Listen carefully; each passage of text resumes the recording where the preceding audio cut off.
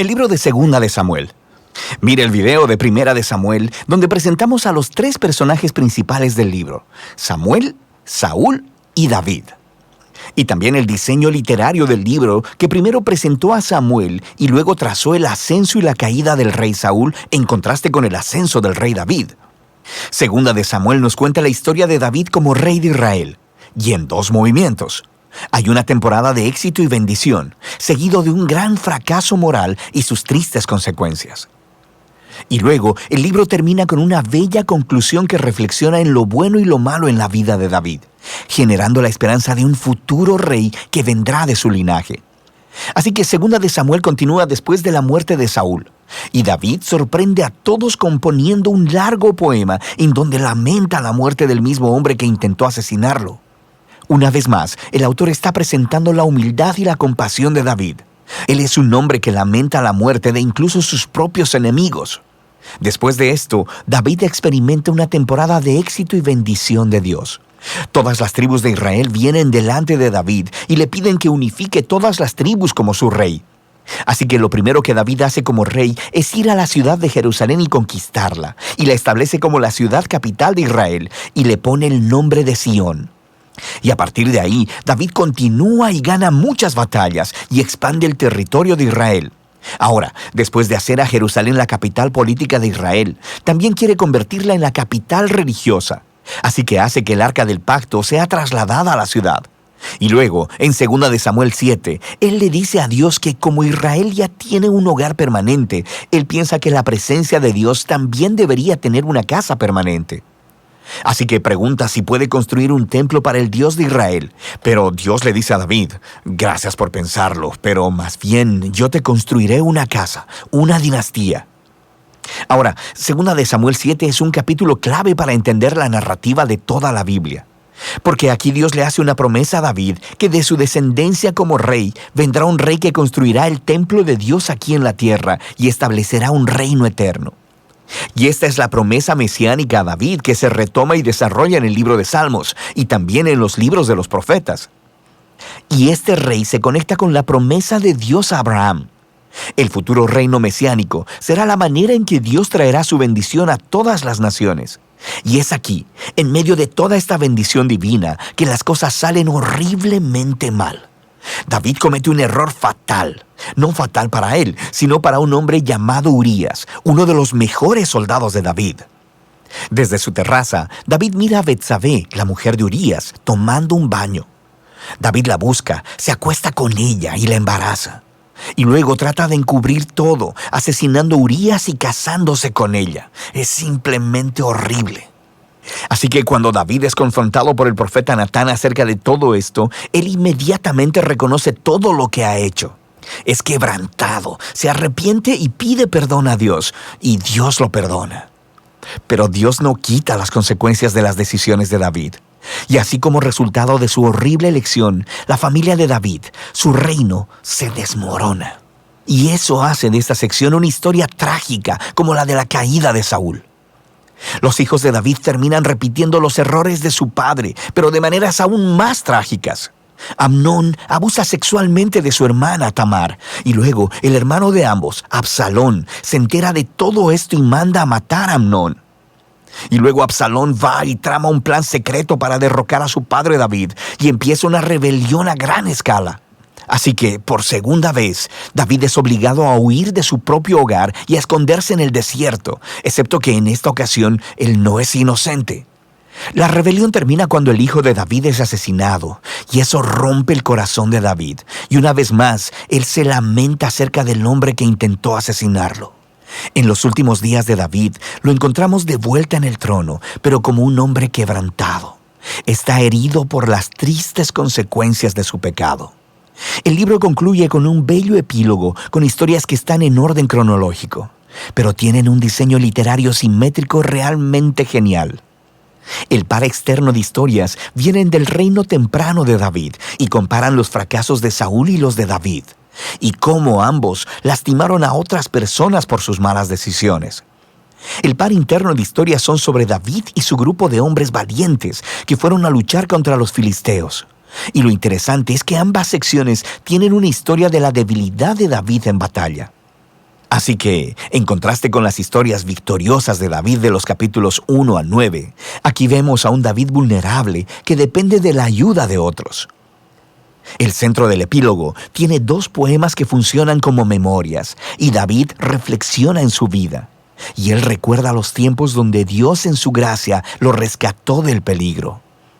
Y él mira estos como momentos en los que Dios fue fiel a su promesa de pacto hacia él y su familia. Ambos poemas concluyen al recordar la esperanza de la promesa de Dios de un rey venidero que establecerá ese reino eterno. Ahora, estos poemas y la promesa de Dios están conectados al poema de Ana al principio del libro. Y así, estos pasajes claves del principio, los del centro y los del final del libro, unifican todos los temas del libro. A pesar de la maldad de Saúl y David, Dios siguió obrando sus propósitos redentores, y Dios se opuso a la arrogancia de David y de Saúl, pero exaltó a David cuando éste se humilló. Así que la esperanza futura de este libro va mucho más allá que David mismo. Mira hacia el futuro, al rey mesiánico, que un día traerá el reino y la bendición de Dios a todas las naciones. Y de eso se trata el libro de Samuel. Dios te bendiga. Qué bueno que hoy puedas estar nuevamente con nosotros compartiendo la poderosa palabra del Señor. Ya entramos a segunda de Samuel. Los hermanos que están con nosotros siguiendo la lectura de este año del Antiguo Testamento, sabéis que ya entramos a segunda de Samuel. Hay muchas lecciones que aprender, así que para no tomarte mucho tiempo vamos a comenzar con nuestra oración. Gracias, Señor, por este día. Gracias por la bendición de hoy poder nosotros sacar de nuestro tiempo y poder escuchar de tu poderosa palabra. Gracias, Padre Celestial, porque tú bendices nuestras vidas. Tú hablas a nuestras vidas para nuestro crecimiento, Padre de la Gloria, para que podamos crecer espiritualmente, para que podamos crecer en sabiduría. Y te doy gracias por cada amigo, por cada hermano que ha sacado de su tiempo para poder estar hoy con cada uno de nosotros, sentados, escuchándote, sentados a la mesa, alimentándonos de tus enseñanzas. Yo te doy gracias en el nombre de Jesús. Amén y amén. Pido disculpas, ¿verdad? Que en el día de ayer no pudimos estar dando nuestro estudio bíblico. ¿Verdad? Se me hizo muy difícil poder dar el estudio, pero hoy estamos aquí. Y te doy las gracias por poder verlo. A lo mejor lo vas a ver más adelante porque no puedes a esta hora. Pero te doy gracias por estar ahí conectado viendo nuestro estudio bíblico. Como te decía, estamos en segunda de Samuel. Espero que tengas tu Biblia a la mano, que tengas tu libreta, tu bolígrafo, tu marcador. Y que tú puedas marcar hoy lo que Dios va a hablar a tu vida. Yo quiero leerte en segunda de Samuel, capítulo 23. Y voy a leerte versículos 1 al 7. Voy a estar utilizando la Nueva Versión Internacional. Te dije que desde que la compré y la uso, me ha gustado mucho esta Biblia. Así que la voy a utilizar nuevamente hoy. Leemos en el nombre del Trino Dios, Padre, Hijo, Espíritu Santo. Amén. Oráculo de David, hijo de Isaí, dulce cantor de Israel, hombre exaltado por el Altísimo y ungido por el Dios de Jacob. El Espíritu del Señor habló por medio de mí, puso sus palabras en mi lengua. El Dios de Israel habló, la roca de Israel me dijo: el que gobierne a la gente con justicia, el que gobierne en el temor de Dios, será como la luz de la aurora en un amanecer sin nubes, que tras la lluvia resplandece para que brote la hierba en la tierra.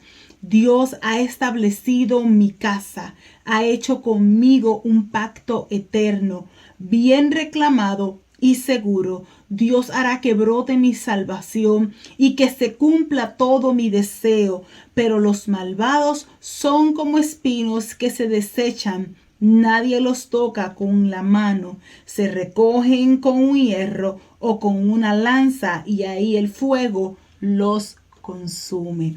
El Señor añada bendición a su palabra en nuestras vidas. Así que como te dije, hay muchas enseñanzas que pudiéramos hablar de Segunda de Samuel, pero yo me quise ir al final.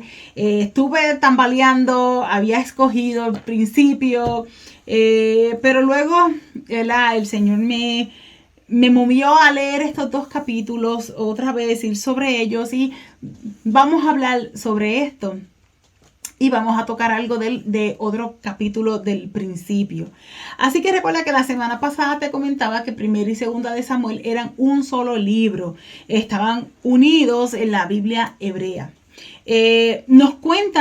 Samuel nos cuenta en detalles los días finales de la teocracia, en la cual Dios gobierna directamente a través de los jueces, y los primeros tiempos del reino. Israel rechaza a Jehová y pidió un rey como las demás naciones. El primer rey fue Saúl, un hombre de hermosa apariencia y guerrero competente, pero no de devoción a Dios. Cuando Saúl murió, David, a quien Dios escogió, fue instalado como rey. Así que estos libros de Primera y Segunda de Samuel cubren la vida de David junto con un relato de Samuel en sus últimos, el último de los jueces. Estos libros también relatan en detalle los días finales de la teocracia, en la cual Dios gobierna directamente a través de los jueces, y describe los primeros tiempos de la institución de la monarquía. Israel rechazó a Jehová y pidió rey, ¿verdad? Pero el libro de Samuel lleva la historia de Dios a la monarquía mediante la historia del rey David, un hombre de fe, aunque un hombre con debilidades. El pacto de Dios con David es la base para el mesianismo judío, cumplido finalmente en el supremo Hijo de David, Jesús de Nazaret. Y sabemos que, ¿verdad? Más adelante creo que te lo comento, que así es como empieza en el Nuevo Testamento el linaje, hijo de David, hijo de Abraham. Así que los eventos relatados en el libro comienzan con el ascenso de David al trono de Judá en Hebrón y continúan hasta poco antes de su muerte. Así que las fechas de los eventos cubiertos serían del año 1010 a.C. al 970 a.C. Y durante ese periodo se escribieron los salmos davídicos y el libro de los salmos se comenzó a recopilarse. Este libro histórico resalta la voluntad de Dios en la vida de David y en los eventos descritos en él. Se enfatiza la seriedad del pecado y también el hecho que aun cuando el pecado se perdone, quedan consecuencias, y ahí es donde nosotros vamos, ¿verdad?, a hablarlo. No te voy a abundar mucho, vete a los capítulos 13, 14, si la mente no me falla. Que es donde en sí vas a poder ver las consecuencias y qué fue lo que sucedió y qué pasó y por qué desobediencia y por qué pecó.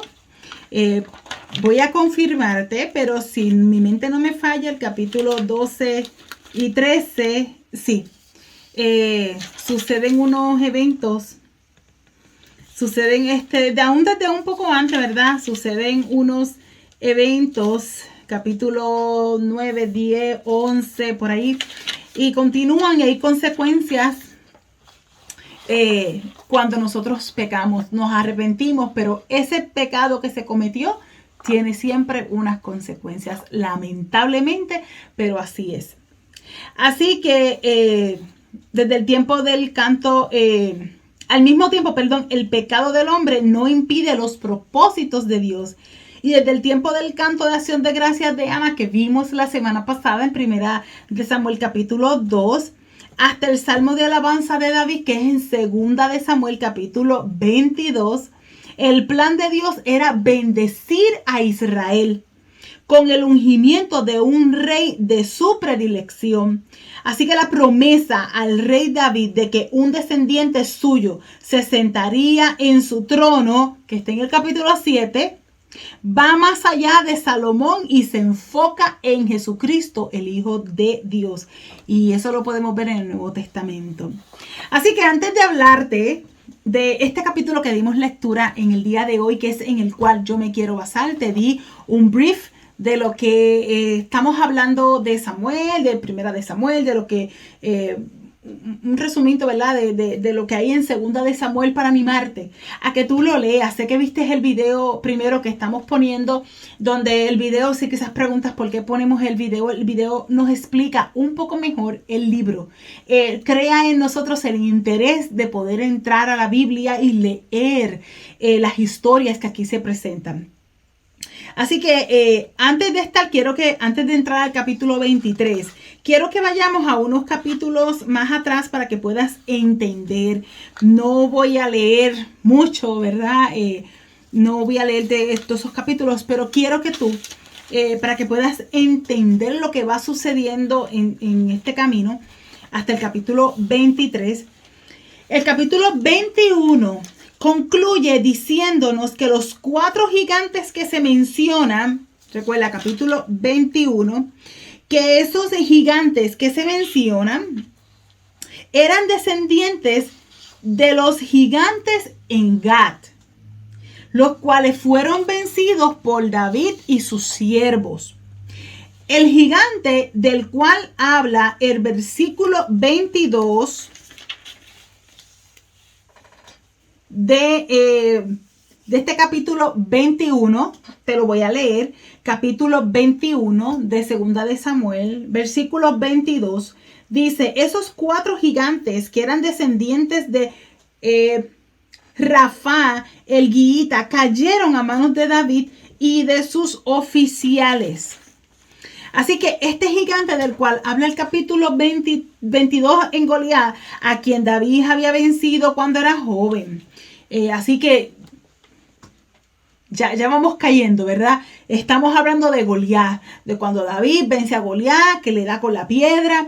Y usted recordará que siendo joven, cuando David salió a pelear contra Goliat, llevaba consigo su honda y 5 piedras lisas. Y yo quiero que escuches este dato, porque hay personas que quizás usted lo sabe, lo ha escuchado, pero para refrescarnos la mente, sabemos que él llevaba 5 piedras lisas. Hemos oído decir que David creía, porque hay gente, y yo soy una de las que lo he escuchado, que hay gente que pensaba que David llevó 5 piedras por si una no le hacía nada, pues él tenía una reserva. Que a lo mejor si él fallaba o si no le hacía mucho una sola piedra que él le tirara. Y pues por eso llevaba 5. En realidad, David no tuvo intención de llevarse reserva alguna. La evidencia se encuentra en el capítulo 21 de este segundo libro de Samuel. Y yo quiero que usted vaya y lo lea. Usted lo va a notar, capítulo 21. Goliat tenía 4 hermanos. Goliat tenía 4 hijos, los cuales eran parte del ejército de los filisteos. Y David sabía que cuando matara al gigante, sus hijos iban a venir. Así que él dijo, ok, yo me llevo 5 para el padre y para los hijos. Así que David sabía que cuando lo matara, sus 4 hijos podrían salir para pelear contra él. David no mató a los 4 hijos de Goliat cuando mató a su padre, pero los mató años más tarde, según vemos aquí, ¿verdad? En este capítulo 21. Y Goliat y sus hijos ahora estaban muertos los 5. Una vez más, vemos que Dios había librado a David de sus enemigos. Y decimos una vez más porque sabemos que ya lo había hecho cuando era más joven con Goliat. Y ahora con sus hijos, Dios vuelve y le da la victoria. Así que un paréntesis, ¿verdad? Y un detallito para que vayamos engranando y vayamos entendiendo hasta dónde yo voy a llegar. Así que en este capítulo, el capítulo 23, lo tienen como un cántico, tanto el capítulo 22, es el salmo de David, y el capítulo 23 lo tienen como si fuese una canción parecido a lo que vimos de Ana. un parecido a lo que vimos de Ana. Es la canción de liberación de David y es casi idéntica al Salmo 18. Esta fue la canción que David escribió al final de su vida. Al reflexionar sobre ella, pudo darse cuenta de cómo la mano de Dios había actuado, conduciéndole hasta la época de su vejez. Y creemos también que en este tiempo fue que David escribió el Salmo 23, que muchas veces nosotros, ¿verdad?, lo repetimos tanto. Jehová es nuestro pastor. Porque en esa hora de su vida le fue posible decir: el Señor es mi pastor y nada me faltará. El apóstol, escribiendo su carta a los filipenses, lo expresaría de esta manera en el capítulo 1 de esa carta. El versículo 6, estando persuadido de esto, que el que comenzó en vosotros la buena obra la perfeccionará hasta el día en que Jesucristo regrese. Y yo te digo más, si Dios te ha llevado de la mano hasta el día de hoy, ¿por qué vamos a dudar? ¿Por qué yo puedo pensar de que Él me va a abandonar? Él es mi pastor, Él es el que me guía, Él es el que me muestra el camino, Él es el que ha estado de la mano. Si no fuera por Él, si no fuera porque Él nos toma de la mano, porque Él nos guía, porque Él nos hace atravesar las tribulaciones y las situaciones, ¿por qué lo va a hacer hoy?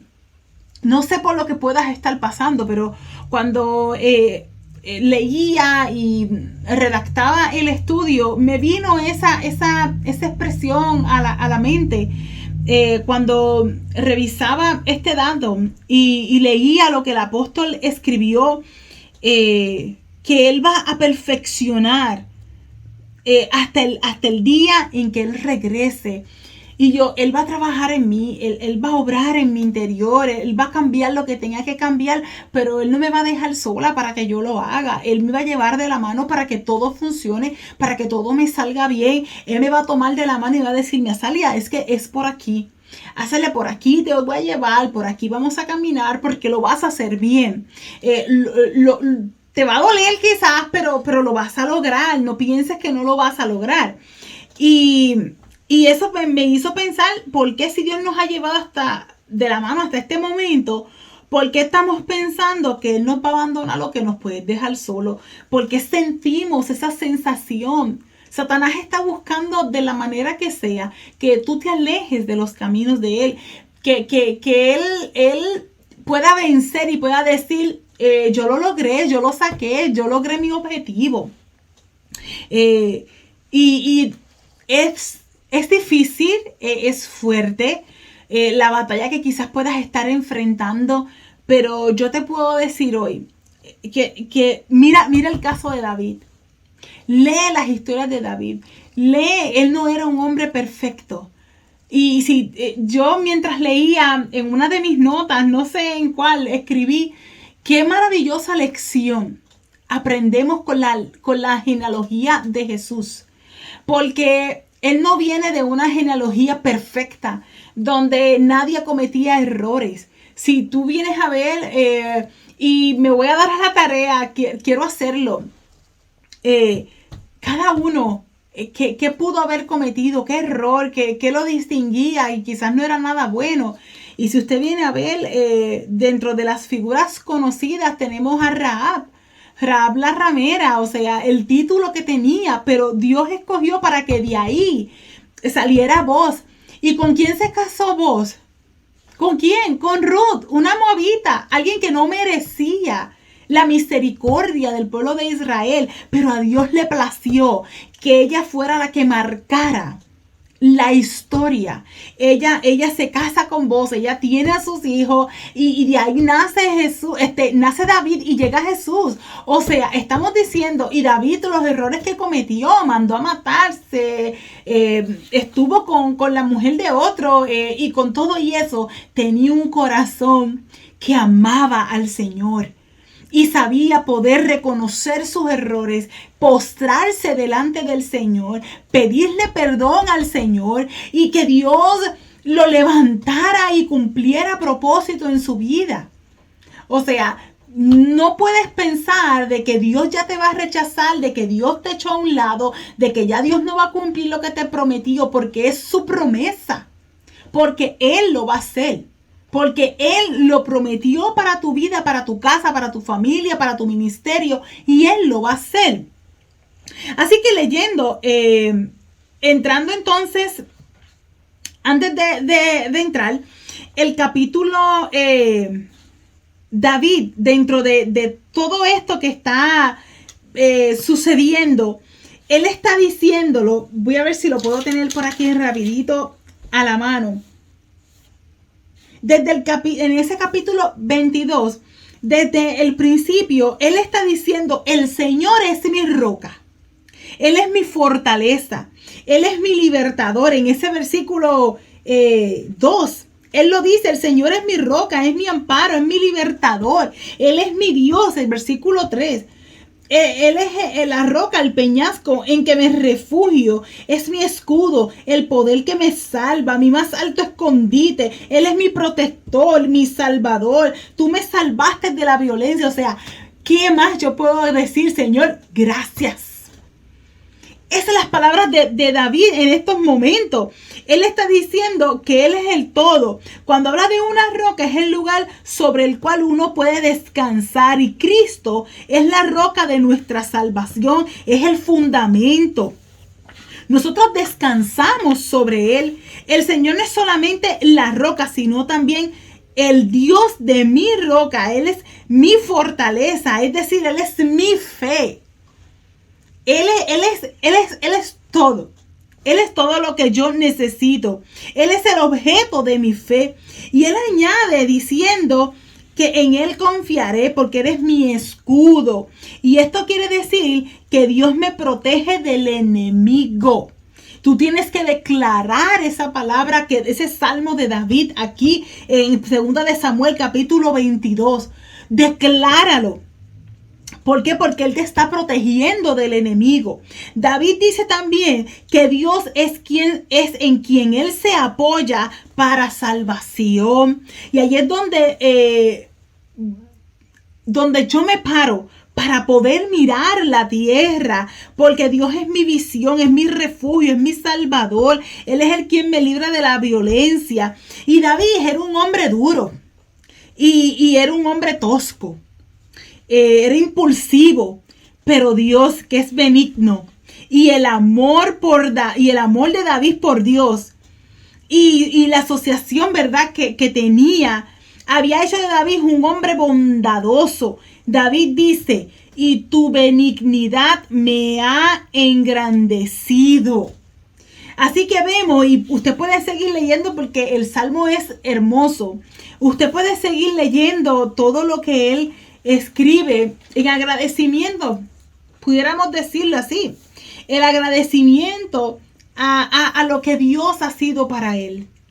Porque con todo eso que él empieza nada más hablando en ese capítulo, le está diciendo lo agradecido que está por lo que él ha hecho en su vida.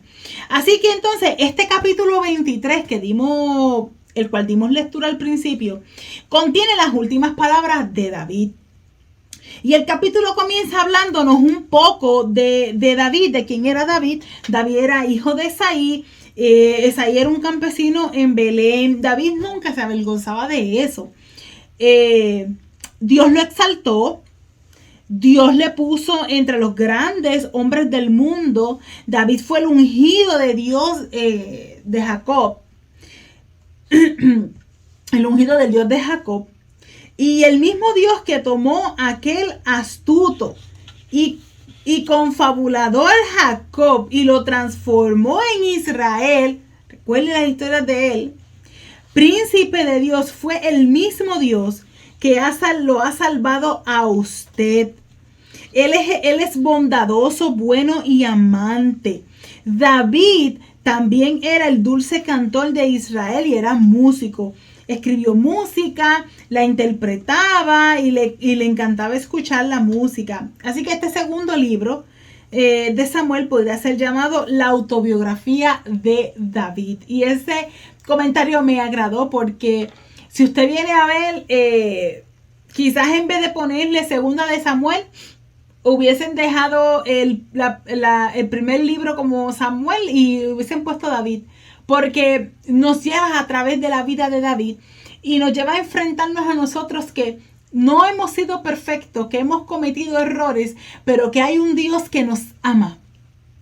Que hay un Dios que nos espera con los brazos abiertos, dispuestos a perdonar nuestro pecado, a que volvamos nuestra mirada a Él, a que nos volvamos a unir a Él, a que nuestra relación sea de nuevo como debe de ser con Él. Él nos está esperando, Él espera eso de cada uno de nosotros. En el versículo 4 del capítulo 23, te lo quiero volver a leer. Será como la luz de la aurora en un amanecer sin nubes, que tras la lluvia resplandece para que brote la hierba en la tierra. Nos está dando una de las declaraciones más hermosas, más extraordinarias que David jamás pudiera hacer. Porque tenemos que recordar el capítulo 7 de Segunda de Samuel. Es uno de los más grandes capítulos de la Biblia. En ese capítulo Dios hizo un pacto con David. Y quiero decirte algo sobre eso, porque él estaba hablando en ese capítulo 7, él habla sobre el futuro reino de Israel, que iba a ser fundado y que proveyó para David la promesa de posteridad en su casa, en un trono real de autoridad y un reino en la tierra establecido para siempre. Pero me quiero detener ahí un momento y hablar sobre este capítulo, porque el libro desempeña un papel importante en la historia del Antiguo Testamento. Explica el tiempo crucial en el principio de la monarquía y muestra la importancia de un rey fiel y obediente a Dios, que a la vez señala al rey perfecto que ha de venir. Así que el capítulo 7, que es la clave, en Samuel se ven los actos de Dios en su tratamiento con su pueblo escogido, las grandes doctrinas de la elección, la revelación, la providencia, la justicia, el perdón y el reino de Dios. Así que usted lo puede anotar para que más adelante lo pueda leer. Segunda de Samuel, capítulo 7, que es la promesa de Dios a David. Dios le promete a David que bajo su reinado él establecería a un Israel permanente y seguro. Dios prometió esto porque él sabía que David, al ser un pastor, y un pastor no cualquiera, un pastor consagrado a sus ovejas, estaba preocupado principalmente por el bienestar de su pueblo. Mira, hermano, usted me disculpa, pero si usted tiene un pastor que quizás lo llame todo el tiempo o le envíe un mensaje o se está preocupando por usted, no lo tome a mal. Está cumpliendo con su misión, está cumpliendo con su llamado, está cumpliendo, como pudiéramos decir, un pastor consagrado, un pastor que está preocupado por el bienestar de su pueblo. Un pastor que le preocupa cómo están sus ovejas. A veces, pues, escucho a la gente decir, ay, pero qué tanto me llama el pastor que me envíe un mensaje, que si tanto pregunta por mí. Hermano, usted no se sienta mal. Dele gracias a Dios que tiene un pastor que se preocupa, que le gusta saber cómo están sus ovejas. Si usted va a salir y usted no va a estar en el culto, pastor, mire, yo tengo un compromiso, no puedo estar tal día. Qué bueno. El pastor se siente contento porque sabe dónde está su oveja.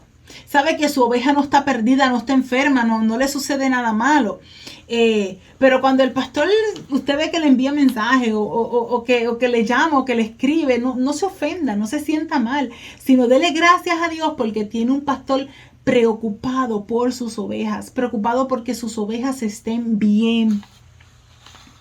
Así que Dios le prometió a David que le edificaría, que que edificaría una casa, pero era en el sentido de establecer una dinastía para la casa de David. Este era un legado para David hasta después de su muerte.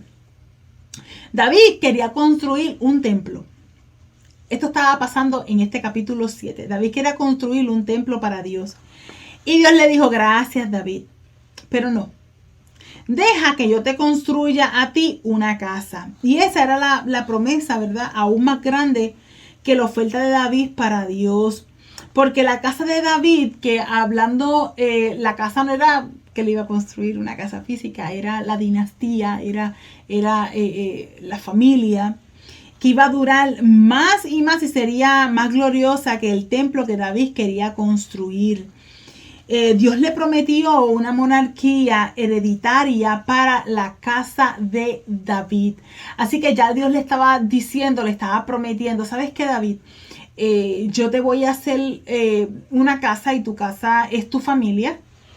Tan pronto tú mueras, de tu dinastía, de tu familia, de tus hijos, son los que van a seguir al trono como rey.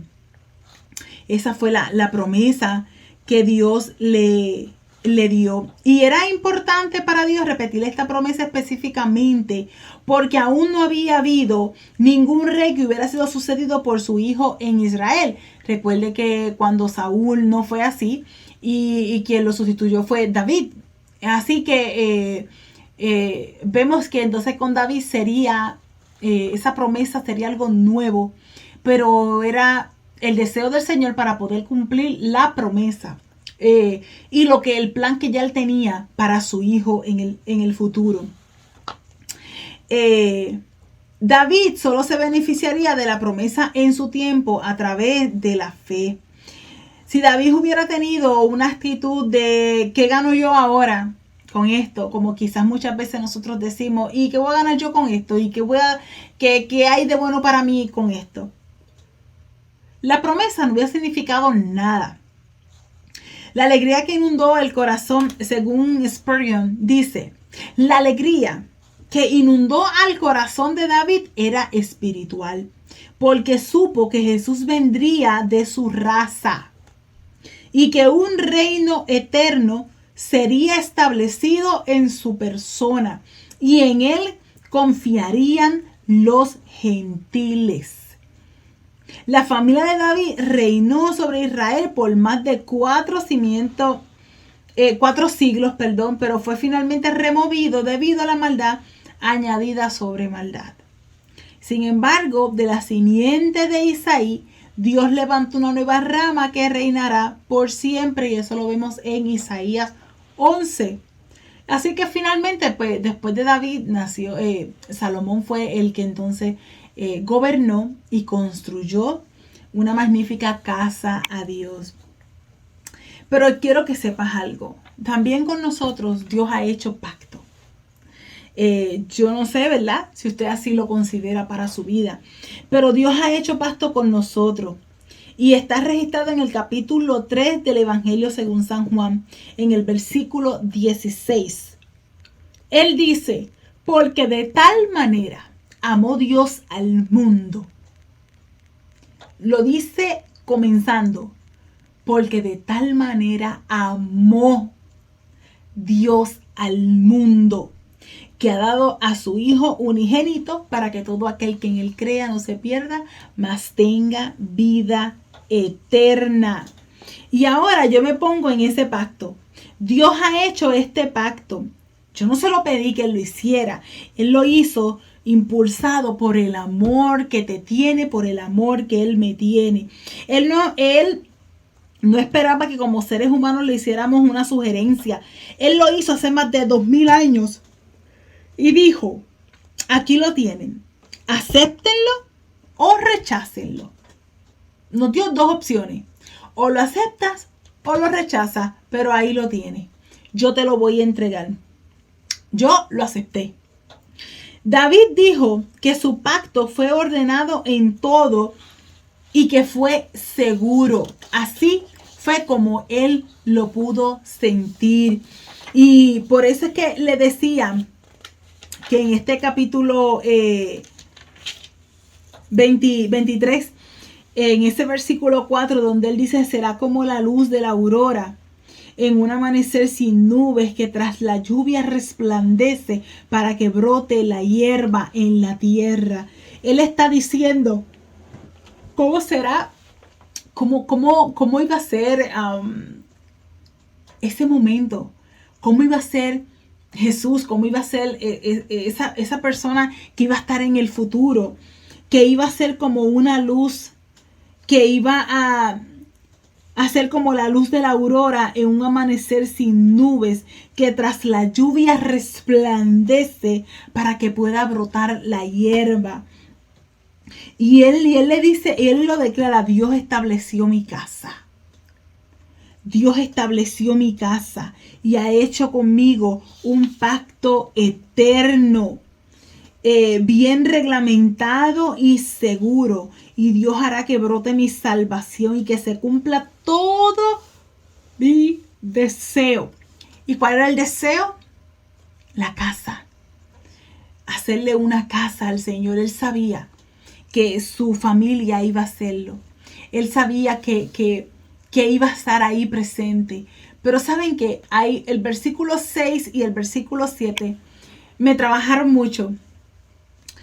El versículo 6 dice, nos presenta un contraste de lo que les espera a los impíos, a los que no quieren un pacto con Dios.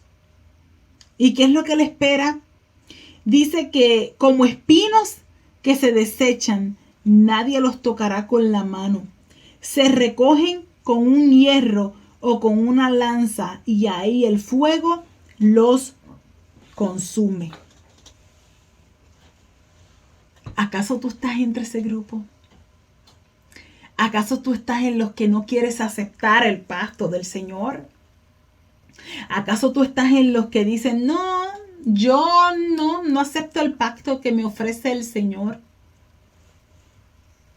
Yo no acepto lo que Él dice que tiene para mi vida. ¿Tú acaso vas a terminar ahí para que el fuego te consuma? Y quizás David pudo haber tenido sus momentos en algún tiempo, en algún momento, en el cual él pudo haber dicho, después de lo que yo hice, ¿cómo podría Dios amarme? Y quizás te lo has preguntado tú un montón de veces. ¿Cómo después de todo lo que yo he fallado? ¿Cómo después de los errores que yo he cometido, errores graves? Ahora mismo a él le costó. Y una de las cosas, Jehová le dice, no, gracias, yo no quiero que tú me hagas la casa a mí. ¿Y sabes por qué? Tus manos están manchadas. Tú has pecado. Tú has derramado mucha sangre. Tú has cometido muchos pecados. Yo te amo. Pero tú no me puedes construir una casa. Y hubo consecuencias por sus pecados. Pero Dios hizo pacto con él. Porque conocía su corazón, como te lo dije ahorita. Pero al final,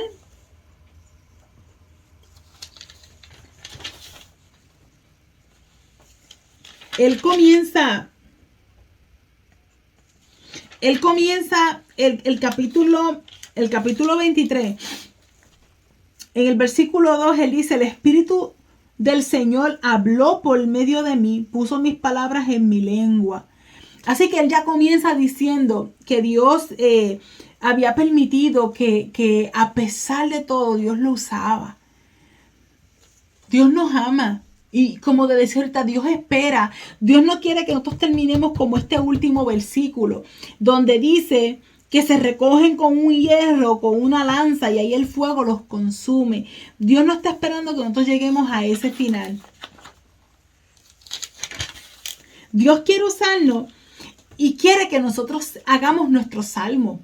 Que nosotros podamos alabar su nombre y poder reconocer como bien reconoce en el capítulo 22, David diciendo: el Señor es mi roca, es mi amparo, es mi libertador, Él es mi Dios, Él es el peñasco de mi refugio, Él es mi escudo, el poder que me salva, mi más alto escondite, Él es mi protector y mi salvación. O sea, Él lo está declarando que yo invoco que es al Señor, que es digno de alabanza, y que quedo a salvo de mis enemigos. Las olas de la muerte me envolvieron, los torrentes destructores me abrumaron, me enredaron los lazos de sepulcro y me encontré ante las trampas de la muerte. En mi angustia invoqué al Señor, llamé a mi Dios y Él me escuchó desde su templo. Mi clamor llegó a sus oídos.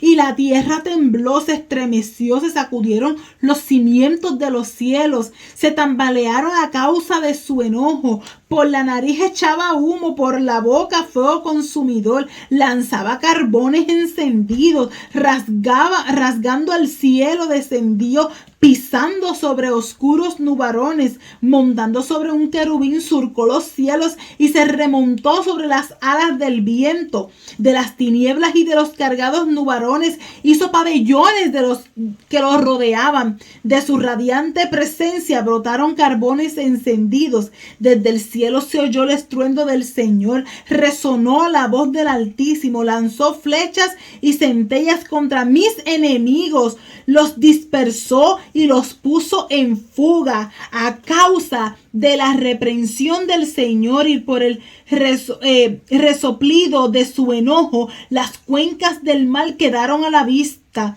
y al descubierto quedaron los cimientos de la tierra. Extendiendo su mano desde lo alto, tomó la mía y me sacó del mal profundo, me libró de mi enemigo poderoso, de aquellos que me odiaban y que eran más fuertes que yo. En el día de mi desgracia me salieron al encuentro, pero mi apoyo fue el Señor. Me sacó de un amplio espacio, me libró porque se agradó de mí. El Señor me ha pagado conforme a mi justicia, me ha premiado conforme a la limpieza de mis manos, pues he andado en los caminos del Señor. No he cometido mal alguno, ni me he apartado de mi Dios. Presentes tengo todas sus sentencias, no me he alejado de sus decretos. He sido íntegro ante Él y me he abstenido de pecar. El Señor me ha recompensado conforme a mi justicia, conforme a mi limpieza delante de Él. Tú eres fiel con quien es fiel, e irreprochable con quien es irreprochable. Sincero eres con quien es sincero, pero sagaz con el que es tramposo. Das la victoria a los humildes, pero tu mirada humilla a los altaneros. Tú, Señor, eres mi lámpara. Tú, Señor, iluminas mis tinieblas. Con tu apoyo me lanzaré contra ejército. Contigo, Dios mío, podré asaltar murallas. Hoy tú tienes que decidir, o tú, a pesar de los errores, a pesar de lo que hayas hecho, tú te levantas y hoy tú le dices al Señor: tú eres mi roca, tú eres mi salvación, tú eres mi refugio. A pesar de lo que yo estoy atravesando, tú eres mi todo. Y yo voy a decir el salmo igual que lo dijo David, o yo voy a terminar: como espinos que se desechan, que nadie los toca con la mano, que los recogen con un hierro, con una lanza, y el fuego los consume. David tenía el mismo derecho de hacerse la misma pregunta que tú y yo nos las hacemos. Adúltero, asesino, violador, había rebelión, había de todo alrededor de él. David padeció mucho dolor como resultado de sus malas decisiones. Aún así, es recordado como el mayor rey de Israel y uno de los adoradores de mayor intimidad con Dios. Si hubo una esperanza para David, hay una esperanza para ti.